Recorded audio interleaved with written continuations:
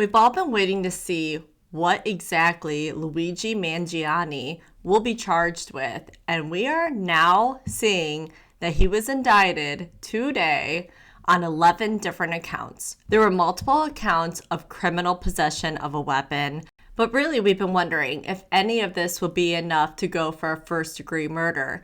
They were thinking that it would keep getting knocked down to second degree, but New York had something else in mind. Today, they are declaring that this is an act of terrorism, which, if found guilty, is life without parole. In breaking down what qualifies as a terrorist attack, we're going to review some of the language. For purpose of a subparagraph of this chapter means activities that involve a violent act or acts dangerous to a human life that are in violation of the criminal law of the state and are intended to intimidate or coerce civilian population, influence the policy of a unit of government by intimidation, affect the conduct of a unit of government by murder, assassination, or kidnapping. So with that, will that be enough? Does he fit in to any of those categories? I think his manifesto will definitely play into that. It could likely grant that he meets those requirements, which would bump him into the first-degree murder for being a terrorist attack. We've reviewed his manifesto before, but we're going to go ahead and read it again. Keep in mind, this is what he had on him when he was arrested. To the feds, I'll keep this short because I do respect what you do for our country. To save you a lengthy investigation, I state plainly that I wasn't working with anyone. This was fairly trivial. Some elementary social engineering, basic CAD, a lot of patience. The spiral notebook, if present, has some straggling notes, to-do lists that illuminate the gist of it. My tech is pretty locked down because I work in engineering, so probably not much info there.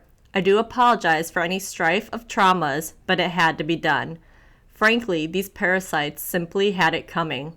A reminder, the U.S. has the #1 most expensive healthcare system in the world, yet we rank roughly number 42 in life expectancy. United is the largest company in the U.S. by market cap, behind only Apple, Google, Walmart. It has grown and grown, but has our life expectancy? No. The reality is, these have simply gotten too powerful, and they continue to abuse our country for immense profit because the American public has allowed them to get away with it. Obviously, the problem is more complex, but I do not have space, and frankly, I do not pretend to be the most qualified person to lay out the full argument. But many have illuminated the corruption and greed decades ago, and the problems simply remain. It is not an issue of awareness at this point, but clearly power games at play. Evidently, I am the first to face it with such brutal honesty. Right now, he's in Pennsylvania with 2 different felonies for forgery and carrying a firearm.